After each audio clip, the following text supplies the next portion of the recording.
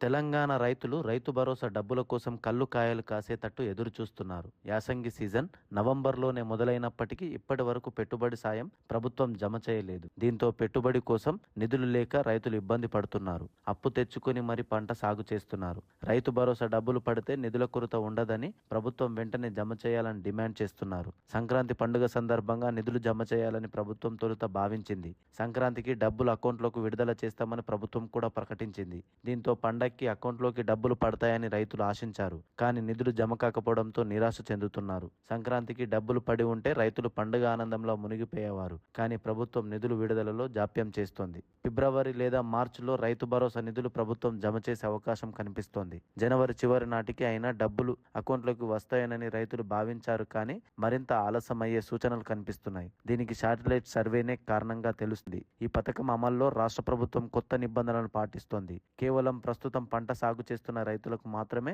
సాయం అందించాలని చూస్తోంది. ఇందుకోసం శాటిలైట్ మ్యాపింగ్ ఆధారంగా సాగు భూములను గుర్తించి ప్రక్రియ చేపడుతోంది. అగ్రికల్చర్ యూనివర్సిటీ ఆధ్వర్యంలో ప్రభుత్వం ఈ సర్వే చేపడుతోంది. రాష్ట్ర వ్యాప్తంగా ఈ సర్వే పూర్తవడానికి మరింత కొంత సమయం పట్టే అవకాశం ఉంది. ఈ సర్వే రిపోర్ట్ వచ్చాక అధికారులు క్షేత్రస్థాయిలో పరిశీలన చేపట్టి సాగు భూములను నిర్ధారించనున్నారు. దీంతో ఈ ప్రక్రియ పూర్తి మొత్తం కావడానికి చాలా టైం పట్టనుందని తెలుస్తోంది. యాసంగి సీజన్లో పంట సాగు చేయని భూములకు రైతు భరోసా కట్ కానుంది. కేవలం సాగు చేస్తున్న పంట భూములకు మాత్రమే రైతు భరోసా ఇవ్వాలని రాష్ట్ర ప్రభుత్వం నిర్ణయం తీసుకున్నట్లు తెలుస్తోంది. కేవలం అర్హులకు మాత్రమే రైతు భరోసా అందాలనే ఉద్దేశంతో ఈ నిర్ణయం తీసుకుంది. మేడారంలో జరిగిన కేబినెట్ సమావేశంలో కూడా రైతు భరోసా నిధుల విడుదలపై చర్చ జరగలేదు. దీంతో ఈ నిధుల విడుదల ఆలస్యమయ్యే సూచనలు కనిపిస్తున్నాయి. ఈ పథకం కింద ప్రతి ఎకరానికి 6,000 చొప్పున ప్రభుత్వం జమ చేయనుంది.